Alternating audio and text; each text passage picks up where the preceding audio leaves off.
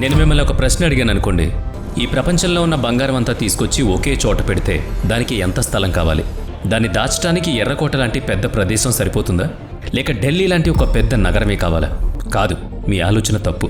ప్రపంచంలోని బంగారం అంతా కలిపినా సరే అది కేవలం ఒక క్రికెట్ పిచ్ లేదా ఒక ఒలింపిక్ సైజ్ స్విమ్మింగ్ పూల్లో సరిపోతుంది. అంతేకాకుండా చరిత్రలో ఒక దేశం ఉండేది, అక్కడ నీళ్ల కంటే కూడా బంగారమే ఎక్కువగా దొరికేదట. ఆ దేశమేదో ఈ వీడియోలో నేను మీకు త్వరలోనే చెప్పబోతున్నాను. కానీ ముందు అసలు బంగారం కథలోకి వెళదాం. అసలు ఈ బంగారం ఎక్కడి నుంచి వచ్చింది? దీని వాడకం ఎప్పుడు మొదలైంది? అందరికంటే ఎక్కువ బంగారం ఎవరి దగ్గర ఉంది? ముఖ్యంగా భారతదేశాన్ని సోనేకి చిడియా అని ఎందుకు పిలిచారు? బంగారం వెనుక దాగున్న ఆ చీకటి నిజమేంటి? ఈరోజు ఇవన్నీ మనకు తెలుస్తాయి. భారతదేశంలో గుడికి బంగారానికి ఎప్పటినుంచో విడదీయరాని సంబంధం ఉంది. కేవలం మన దగ్గరే కాదు, ఈజిప్ట్లో బంగారాన్ని దేవుడి వరంగా భావించేవాళ్ళు. అక్కడి ఫారో రాజులు చనిపోయాక వారి మమ్మీలపై బంగారు ముసుగుంచేవారు. ఇక సౌత్ అమెరికాలో ఎల్డోరాడో అని ఒక మిస్టరీ నగరం ఉంది. అక్కడ రాజులు తమ శరీరం నిండా సబ్బులాగా బంగారు పొడిని పూసుకుని స్నానం చేసేవారు. ఇక మన భారతదేశం విషయం చెప్పనక్కర్లేదు. వేల ఏళ్లుగా మనకి బంగారం అంటే కేవలం ఒక లోహం మాత్రమే కాదు, అది ధార్మికానికి ప్రతీక. కానీ ఇవన్నీ పక్కన పెడితే మీకు ఒక షాకింగ్ విషయం తెలుసా? బంగారం అసలు భూమికి సంబంధించిన లోహమే కాదు. అవును, బంగారం ఎప్పుడూ భూమి మీద పుట్టలేదు. మరి భూమి మీద లేని ఈ వస్తువు ఇంత విలువైందిగా ఎలా మారింది? ఇది కేవలం ఒక మెటల్ కథ కాదు, ఇది మానవ చరిత్ర, వ్యాపారం మరియు ఎన్నో సామ్రాజ్యాల గెలుపు ఓటముల కథ. వేల సంవత్సరాల క్రితం మనిషి రాళ్లతో తన ప్రపంచాన్ని నిర్మించుకున్న సమయంలో అతని కన్ను ఆ మెరుస్తున్న పసుపు రాయి మీద పడింది. దాన్ని ముట్టుకోగానే అర్థమైంది, దీనికి తుప్పు పట్టదు, దీని మెరుపు ఎప్పటికీ తగ్గదని.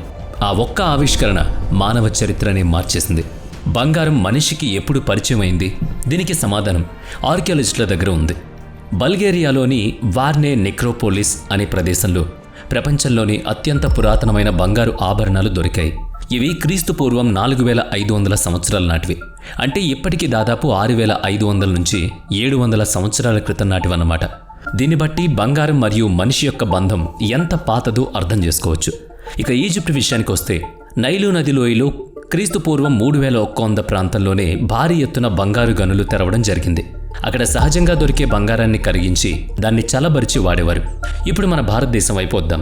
మన వేదాల్లోనే బంగారం ప్రస్తావన ఉంది. ఋగ్వేదంలో దీన్ని హిరణ్య అని, స్వర్ణ అని పిలిచారు. ఇది కేవలం సాహిత్యం అనుకుంటే పొరపాటే. ఆర్కియాలజీ ప్రకారం చూసిన హరప్పా, మొహంజాదారో, లోథర్ మరియు ధోలావిరాల్లో మనకు బంగారు వస్తువులు దొరికాయి. అంటే 5000 ఏళ్ల క్రితమే మన దగ్గర బంగారం విరివిగా వాడేవాళ్ళు. అంతేకాకుండా ప్రపంచంలోని పురాతన గనుల్లో ఒకటైన మన కోలార్ గోల్డ్ ఫీల్డ్ ఈనాటిది కాదు. ఇది క్రీస్తు పూర్వం 1800 నుంచి పనిచేస్తోంది. అంటే దాదాపుగా 3000 నుంచి 4000 ఏళ్ల చరిత్ర దీని సొంతం. ప్రాచీన ఈజిప్ట్ ప్రజలు బంగారాన్ని దేవతల మాంసం అని నమ్మేవారు. బంగారం ఎప్పటికీ నాశనం కాదు కాబట్టి అది అమరత్వానికి చిహ్నమని వారి నమ్మకం. వారి సూర్యదేవుడు రా కూడా బంగారంగా మెరిసేవాడని భావించేవారు. అందుకే ఈజిప్ట్ రాజుల సమాధుల్లో, ఉదాహరణకు తుతన్ ఖామెన్ సమాధిలో బంగారు ముసుగులు దొరికాయి. చనిపోయాక వచ్చే జీవితానికి బంగారం ఒక భరోసా లాంటిదని వాళ్ళు నమ్మేవారు. ఇదంతా మనిషి చరిత్ర. కానీ అసలు నిజమేంటంటే బంగారం కథ ఈ విశ్వం అంతా పాతది. చాలామంది శాస్త్రవేత్తల ప్రకారం బంగారం అసలు ఈ భూమికి సంబంధించిన లోహం కాదు. ఇది భూమి లోపల పుట్టలేదు, అంతరిక్షంలో జరిగిన ఒక మహావిస్ఫోటనం వల్ల పుట్టింది. అరబ్బో సంవత్సరాల క్రితం భూమి చల్లబడుతున్న సమయంలో 2 న్యూట్రాన్ నక్షత్రాలు ఢీకొడుతున్నప్పుడు ఒక భయంకరమైన పేలుడు సంభవించింది. దీన్నే సైంటిస్టులు కిలోనోవా అంటారు. ఈ పేలుడు వల్లే బంగారం తయారై విశ్వమంతా వ్యాపించింది.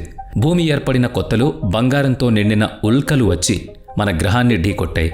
ఆ ఉల్కలు వర్షం వల్లనే భూమి పైపొరలో బంగారం చేరింది. అంటే మీరిప్పుడు వేసుకునే బంగారు నగలు ఏదో గనిలో పుట్టినవి కావు, అవి నక్షత్రాలు ఢీకొనడం వల్ల పుట్టినవి. కానీ దీనికంటే ఆశ్చర్యకరమైన విషయం ఏంటంటే ఇప్పుడు మీకు చెప్తాను. వీడియో మొదట్లో నేను అడిగిన ప్రశ్న గుర్తుందా? ప్రపంచంలోని బంగారమంతా ఒక స్విమ్మింగ్ పూల్ లేదా క్రికెట్ పిచ్లో సరిపోతుందా అని. దానికి సమాధానం ఇప్పుడు చూద్దాం. ప్రపంచవ్యాప్తంగా ఇప్పటి వరకు తవ్విన బంగారం మరియు ఇంకా భూమిలో ఉన్న బంగారం రెండూ కలిపితే దాని బరువు సుమారుగా 2,44,000 టన్నులుంటుంది. ఈ మొత్తం బంగారాన్ని కరిగించి ఒక ఘనపు ముక్కలా చేస్తే అది కేవలం 23 మీటర్ల పొడవు, 23 మీటర్ల వెడల్పు మరియు 23 మీటర్ల ఎత్తు మాత్రమే ఉంటుంది. ఇది ఒక క్రికెట్ పిచ్ లేదా ఒలింపిక్ స్విమ్మింగ్ పూల్ అంత మాత్రమే ఉంటుందన్నమాట. ఇంత తక్కువ స్థలంలో ఎలా సరిపోతుంది? కారణం బంగారం యొక్క సాంద్రత చాలా తక్కువ. దీని సాంద్రత ఒక క్యూబిక్ మీటర్కు కేవలం 19,320 కిలోగ్రాములు మాత్రమే. అందుకే బరువు ఎక్కువగా ఉన్నా అది చాలా తక్కువ స్థలాన్ని ఆక్రమిస్తుంది. సైంటిస్టులు చెప్పేది కూడా ఇదే. ఇక చరిత్రలోకి వెళితే మెసపటోమియా వంటి నాగరికతల్లో ఆభరణాలుగా మొదలైన బంగారం త్వరలోనే వ్యాపారానికి ఒక పెద్ద కరెన్సీగా మారింది. ఎందుకంటే అది చాలా అరుదైంది, పాడవకుండా ఉంటుంది, మరియు దీనికంటూ ఒక విలువ ఉంటుంది. అందుకే క్రీస్తుపూర్వం 600 ప్రాంతంలో లిడియాలో మొదటిసారిగా బంగారం మరియు వెండి నాణేలు తయారయ్యాయి. ఇక్కడి నుంచి బంగారం మరియు డబ్బు ఒకదానికొకటి పర్యాయ పదాలుగా మారిపోయాయి. రాజులకు బంగారం అనేది వారి శక్తికి చిహ్నంగా మారింది. సామాన్యులకు బంగారం అంటే ఒక భద్రత, కానీ రాజులకు అది అధికారం. ఈ బంగారం కోసమే రాజులు సముద్రాలు దాటారు, సామ్రాజ్యాలు యుద్ధాలు చేశాయి. రోమన్ చక్రవర్తుల నుంచి చైనా వంశాల వరకు ప్రతి నాగరికత తమ వైభవాన్ని బంగారం మీదనే నిర్మించుకున్నాయి. ఈ మెరుపు మనిషి కళ్లను జిగేల్మనిపించడమే కాదు, అమరత్వం కావాలనే కోరికను కూడా పుట్టించింది. అదే మనిషిని ఒక అన్వేషకుడిగా, విజేతగా, కొన్నిసార్లు ఒక లూటీ చేసేవాడిగా మార్చింది. ఇక మన భారతదేశం విషయం వేరు. ఇక్కడ బంగారం అంటే కేవలం అలంకరణ వస్తువు కాదు, అది మన ధర్మానికి మరియు ఆర్థిక వ్యవస్థకు ముడిపడి ఉంది. ఋగ్వేదంలో బంగారాన్ని హిరణ్య అని పిలిచారు. బౌద్ధ గ్రంథాల్లో ఇది స్వచ్ఛతకు మరియు అమరత్వానికి ప్రతీక. ఋగ్వేదం ప్రకారం ఈ సృష్టి అంతా హిరణ్య గర్భ అంటే బంగారు గర్భం నుంచే పుట్టింది. అంతేకాకుండా లలిత విస్తర సూత్ర ప్రకారం బుద్ధుడి శరీరం కూడా బంగారం రంగులో మెరిసేదని, అది ఆయన శ్రేష్టతను తెలిపేదని చెప్తూ ఉంటారు. చరిత్ర ప్రకారం చూస్తే కర్ణాటకలోని కోలార్ గోల్డ్ ఫీల్డ్ అంటే KGF మరియు హట్టి గనులు భారతదేశంలోనే అత్యంత ప్రాచీనమైనవి. వీటికి 2000 ఏళ్ల కంటే ఎక్కువ చరిత్రే ఉంది. అలాగే జార్ఖండ్లోని సోనో నది ప్రాంతం, తమిళనాడులోని వెల్లూరు కూడా ప్రాచీన గోల్డ్ సిటీలుగా ఉంటాయి. ఈ గనుల నుంచే మౌర్యులు, శాతవాహనులు, చోళులు మరియు పాండ్య రాజుల ఖజానాలు నిండేవి. మౌర్యుల కాలంలో బంగారాన్ని వాడినప్పటికీ అప్పట్లో దాన్ని కరెన్సీగా వాడలేదు. అశోకుడి కాలంలో బంగారాన్ని మఠాలకు, స్తూపాలకు దానమిచ్చేవారు. కానీ భారతదేశ ఆర్థిక వ్యవస్థలో బంగారాన్ని నాణేల రూపంలోకి తెచ్చింది మాత్రం కుషానులు. ఆ తర్వాత గుప్తుల కాలంలో భారీ ఎత్తున అందమైన బంగారు నాణేలు జారీ అయ్యాయి. వీటిని అప్పట్లో దీనార్ అని పిలిచేవారు. ఆ కాలంలో మన బంగారు నాణేల మీద దేవుళ్ల బొమ్మలు, పౌరాణిక దృశ్యాలు ఉండేవి. ముఖ్యంగా ఈ నాణేల బరువు మరియు స్వచ్ఛత ఎంత పర్ఫెక్ట్గా ఉండేదంటే దానివల్ల ప్రపంచవ్యాప్తంగా భారతదేశం యొక్క ట్రేడింగ్ క్రెడిట్ అమాంతంగా పెరిగిపోయింది. శతాబ్దాల పాటు భారతీయులు ఇతర దేశాల నుంచి బంగారాన్ని కొని దాన్ని తమ సంస్కృతికి, దేవుళ్లకు అర్పించారు. పండగలు, పెళ్లిళ్లు, పూజల్లో బంగారం వాడకం గణనీయంగా పెరిగింది. ఉత్తర భారతం నుంచి దక్షిణాన ఉన్న పద్మనాభస్వామి ఆలయం వరకు ఆలయాల్లో టన్నుల కొద్దీ బంగారం పోగైంది. ముఖ్యమైన విషయం ఏంటంటే ఈ బంగారం ఎప్పుడూ దేశం దాటి బయటకు వెళ్లలేదు. ఒక శాశ్వత ఆస్తిలా ఇక్కడే ఉండిపోయింది. భారతదేశాన్ని సోనేకి చిడియా అని ఎందుకు పిలిచేవారో తెలుసా? కేవలం రాజులు, దేవుళ్ళు బంగారం వేసుకున్నారని కాదు. అసలు కారణం మన ఆర్థిక శక్తి. ఆ రోజుల్లో ప్రపంచం మొత్తానికి సుగంధ ద్రవ్యాలు, పట్టు, మంచి బట్టలు కావాలి. అవన్నీ మన దగ్గరే ఉండేవి. రోమ్, అరబ్ వ్యాపారులు మన దగ్గరకొచ్చి సరుకులు కొనేవారు. కానీ దానికి బదులుగా మనం వారి నుంచి బంగారం మాత్రమే తీసుకునేవాళ్ళం. దీనివల్ల వ్యాపారంలో ఎప్పుడూ మనదే పైచేయి. బయట బంగారం అంతా వచ్చి మన దేశంలో డంప్ అయ్యేది. దీనికి రుజువు కూడా ఉంది. పెరిప్లస్ ఆఫ్ ది ఎరిత్రియస్ సీ అనే గ్రీకు గ్రంథంలో స్పష్టంగా రాశారు. భారతీయ నౌకలు బంగారం, సుగంధ ద్రవ్యాలతో నిండిపోయి వచ్చేవి అని. అక్కడికి వెళ్లిన ప్రతి వ్యాపారి ధనవంతుడే తిరిగి వచ్చేవాడు.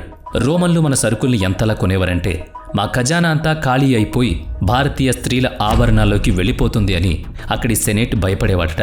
ఇలా ప్రపంచంలో సంపదంతా వచ్చి చేరడం వల్లే మన దేశం బంగారు పక్షిగా మారింది. కానీ దురదృష్టవశాత్తు ఆ సంపదే మనకు శాపంగా మారింది. ఈ సంపదను చూసే మొహమ్మద్ గజనీ లాంటి లూటేర్లు, ఆ తర్వాత బ్రిటిష్ వాళ్ళు మన దేశంపై కన్నేశారు. భారతదేశం పతనానికి, దోపిడీకి కూడా పరోక్షంగా ఈ బంగారమే కారణం. కేవలం మన దేశం మాత్రమే కాదు, ప్రపంచవ్యాప్తంగా ఎన్నో సామ్రాజ్యాలు, నాగరికతలు ఇలాంటి విలువైన లోహాల వల్ల వాటి అస్తిత్వాన్ని తుడిచేశాయి. ఇక ఆఫ్రికా విషయానికి వస్తే వెస్టర్న్ ఆఫ్రికాలోని ఘనా, మాలి మరియు సాంగే సామ్రాజ్యాలు ప్రపంచంలోని అతిపెద్ద బంగారు సప్లయర్లుగా ఉండేవి. ముఖ్యంగా మాలి సామ్రాజ్యపు రాజు మున్సా ముసా కథ వింటే మీరు షాక్ అవుతారు. 1324లో ఆయన హజ్ యాత్రకు వెళుతూ ఈజిప్ట్లో ఎంత బంగారం దానం చేశాడంటే అక్కడ బంగారం విలువ ఒక్కసారిగా పడిపోయింది. జనం ఆర్థికంగా దెబ్బతిన్నారు. ఈ బంగారం సహారా ఎడారి మార్గం గుండా యూరప్ చేరి అక్కడ వ్యాపారానికి మరియు పునరుజ్జీవనానికి పునాది వేసింది. కానీ 16వ శతాబ్దంలో బంగారం కథ ఒక భయంకరమైన మలుపు తిరిగింది. యూరప్ దేశాలు కొత్త ప్రపంచాన్ని వెతకడానికి బయలుదేరాయి. వారి లక్ష్యం 3 విషయాలు: గోల్డ్, గాడ్ మరియు గ్లోరీ. బంగారం వెతకాలి, మతాన్ని విస్తరించాలి, కీర్తిని పొందాలి. అలాగే ఇండియాను వెతుకుతూ బయలుదేరిన కొలంబస్ దారి తప్పి అమెరికాకు చేరుకున్నాడు. అక్కడ వాళ్ళను చూసి ఇండియన్స్ అనుకున్నాడు. ఆ తర్వాత స్పానిష్ మరియు పోర్చుగీస్ వాళ్ళు ఆ కొత్త ప్రపంచంలోకి అడుగుపెట్టారు. అక్కడ వారు చూసిన దృశ్యం వారి కళ్ళు చెదిరేలా చేసింది. అక్కడ ఆబ్జెక్ట్ మరియు ఇంకా అనేక 2 గొప్ప నాగరికతలున్నాయి. వారి దగ్గర లెక్కలేనంత బంగారం ఉంది. కానీ విచిత్రం ఏంటంటే వారికి ఆ బంగారం విలువ తెలియదు. ముఖ్యంగా ఇంకా సామ్రాజ్యం నేటి పెరు, ఈక్వెడార్, బొలీవియా మరియు చిలీ వరకు విస్తరించి ఉండేది. అక్కడ బంగారం కోసం మొదలైంది ఒక రక్త చరిత్ర. ఇంకా ప్రజల జీవితంలో బంగారం అంటే డబ్బు కాదు. వారి ఆలయాల్లో పవిత్రమైన పూజల్లో మాత్రమే దీన్ని వాడేవారు. కానీ వారి చక్రవర్తి అతహ్వల్ఫ్ కథ చాలా విషాదమైంది. స్పానిష్ ఆక్రమణదారులు ఆయన్ని బంధించినప్పుడు తన స్వేచ్ఛ కోసం ఏకంగా ఒక గది నిండా బంగారం ఇస్తానని రాజు మాటిచ్చాడు. అంటే వారి దగ్గర ఏ స్థాయిలో బంగారం ఉండేదో ఊహించుకోండి. కానీ స్పానిష్ విజేత ఫ్రాన్సిస్కో పిజారో ఆయన్ని వదలలేదు. ఆ రాజును బంధించి 1000 టన్నుల బంగారాన్ని, వెండిని దోచుకున్నాడు. ఆ దోపిడీ సొమ్ము స్పెయిన్కు చేరుకుంది. అదే యూరప్ ఆర్థిక వ్యవస్థను బలపరిచింది. ప్రపంచంలో యూరోపియన్ల ఆధిపత్యాన్ని శాశ్వతంగా మార్చేసింది. దురదృష్టవశాత్తు ఇన్కా నాగరికతకు మాత్రం ఈ బంగారమే శాపంగా మారింది. చరిత్రకారులు ఇప్పటికీ ఈ సంఘటనను యూరోపియన్ల ఆక్రమణలో ఒక చీకటి అధ్యాయంగా, ఒక పెద్ద సాంస్కృతిక విధ్వంసంగా చూస్తూ ఉంటారు. ఇంకా ప్రజలకు బంగారం అంటే భక్తి, శక్తి మరియు సంస్కృతి. కానీ యూరోపియన్ల అత్యాశ దాన్ని ఒక రక్త చరిత్రగా మార్చేసింది. మధ్యయుగాల్లో బంగారం ఒక గ్లోబల్ కరెన్సీ. అంటే ఏ దేశం కరెన్సీ విలువ అయినా సరే ఒక నిర్ణీత బరువున్న బంగారంతో సమానంగా నిర్ణయించబడేది. ఈ పద్ధతి వల్లే చాలా కాలం పాటు ప్రపంచ వాణిజ్యం స్థిరంగా సాగింది. ప్రపంచమంతా బంగారం రేటును బట్టే తమ కరెన్సీ రేటును సెట్ చేసుకున్నాయి. అయితే 1971లో అమెరికన్ ప్రెసిడెంట్ రిచర్డ్ నిక్సన్ ఈ పద్ధతిని రద్దు చేశారు. డాలర్కు బంగారానికి ఉన్న లింక్ కట్ చేశారు. అయినా సరే ఈ రోజుకి బంగారం పైచేయి సాధిస్తోంది. మన ఆర్బీఐ అయినా, చైనా బ్యాంక్ అయినా తమ ఆస్తిలో పెద్ద వాటాను ఇప్పటికీ గోల్డ్ రిజర్వ్ రూపంలో దాచుకుంటుంది. ఏ దేశంలోనైనా ప్రభుత్వం పడిపోయే పరిస్థితి వచ్చినా, కరెన్సీ విలువలు పడిపోయినా సామాన్య జనం డిజిటల్ కరెన్సీ వైపు వెళ్లరు, షేర్ మార్కెట్ వైపు వెళ్లరు. భద్రత కోసం బంగారం వైపే చూస్తారు. 1000 ఏళ్ల క్రితం బంగారంపై ఏర్పడిన నమ్మకం అంత గట్టిది ఈనాటికి కూడా. వీడియో నచ్చితే లైక్ చేయండి, షేర్ చేయండి. ఇప్పటి వరకు మన ఛానల్ని సబ్స్క్రైబ్ చేయనట్లయితే ఇప్పుడే సబ్స్క్రైబ్ చేసుకుని పక్కనే ఉన్న బెల్ ఐకాన్పై క్లిక్ చేయండి. నెక్స్ట్ వీడియోలో మళ్ళీ కలుద్దాం. Thanks for watching.